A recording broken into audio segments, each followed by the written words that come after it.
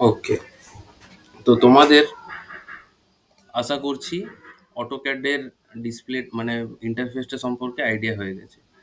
তো যখন আমরা এডিট করি তখন আমরা এই মোডে ম্যাপ ক্লাসিক ওয়ার্কস্পেসে যাই। তার জন্য এই যে সেটিংসের চিহ্নটা আছে সেখানে গিয়ে আমরা একবার ক্লিক করলেই একটা অপশান আসবে, সরি,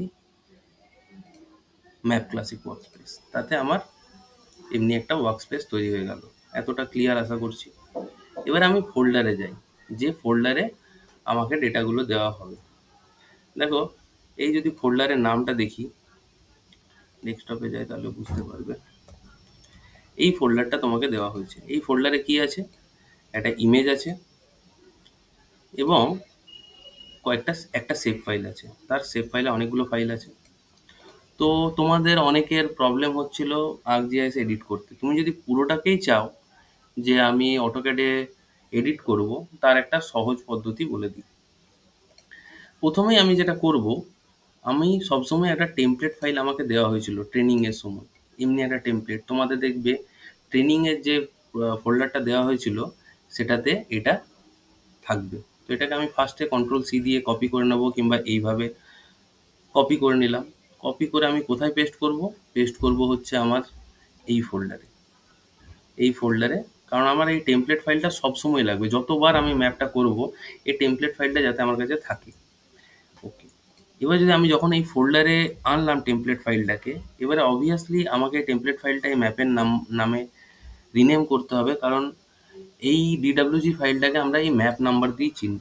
তো তার জন্য আমরা কি করতে পারি? রাইট ক্লিক করে রিনেম অপশানে গিয়ে এটাকে কন্ট্রোল-C করতে পারি, এবং এটাকে আবার গিয়ে এখানে রিনেমে গিয়ে কন্ট্রোল-V করে দিলাম।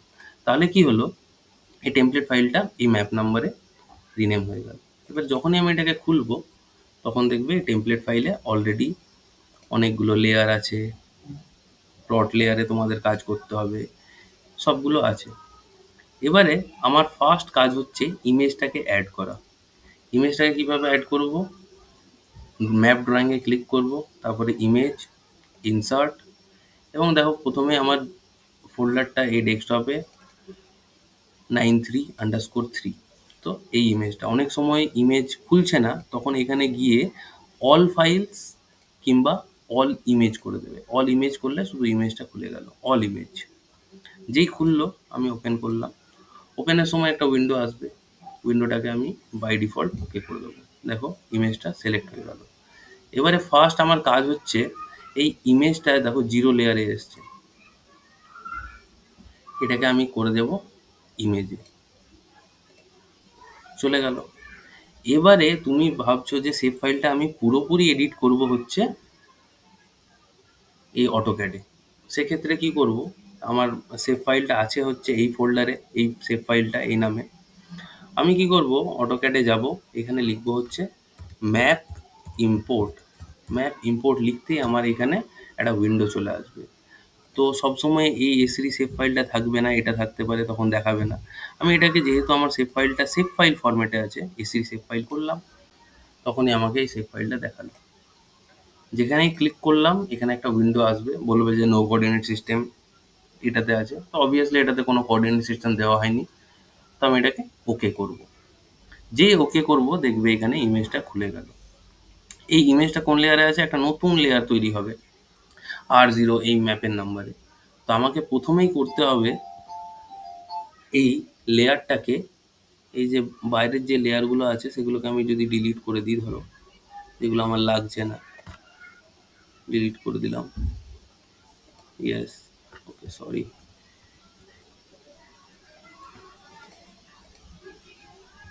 ডিলিট,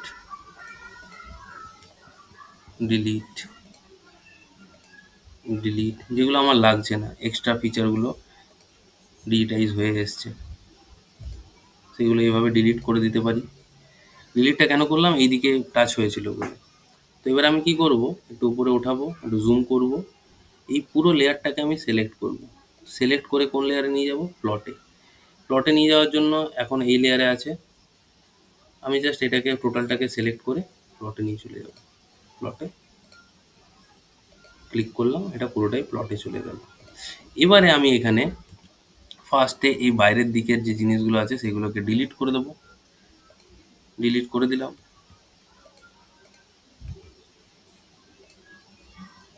যেগুলো আমার ফিচারের মধ্যে পড়ছে না।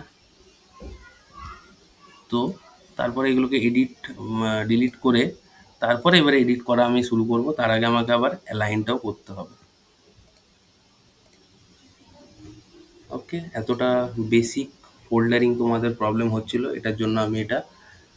আর প্রত্যেকবার যখন সেভ করবে, এই মনে করো এইভাবে, এখানে এখানে একটা চিহ্ন আছে দেখবে, কন্ট্রোল সেভ, কিংবা তুমি কন্ট্রোল সেভও যখন দেবে, কন্ট্রোল এস, দেখবে কিউ সেভ বলে একটা কমান্ড হচ্ছে। দ্যাট মিনস প্রত্যেকবার যতটা এডিট হয়েছে ওটা সেভ আছে। এটাকে যখনই আমি কেটে দেব, আবার বলছে যে তুমি কি সেভ করতে চাও? ইয়েস, আমি সেভ করতে চাই। করলাম। তো দেখবে এখানে অনেকগুলো ফাইলের সঙ্গে সঙ্গে অনেকগুলো ব্যাক ফাইল এটসেট্রা ফাইল তৈরি হবে, ডট ব্যাক, একই নেমে। এগুলোকে আমি ডিলিট করব না, যেমন আছে তেমনিই ছেড়ে দেবো। এতটা আশা করছি বোঝা যাবে। তারপরে যখন তোমাকে পাঠাতে হবে, তখন এই ফোল্ডারে দেখো সেভ ফাইলটাও রইলো, ডিডাব্লিউজি ফাইলটাও রইলো, ব্যাক ফাইলও রইলো এবং ইমেজ ফাইলও রইলো। আমার এই তিনটে ফাইলকেই জিপ করে তুমি ম্যাডামকে যেভাবে তোমরা ড্রাইভে পাঠাও সেভাবে পাঠাবে। ওকে, আশা করছি বোঝা গেছে।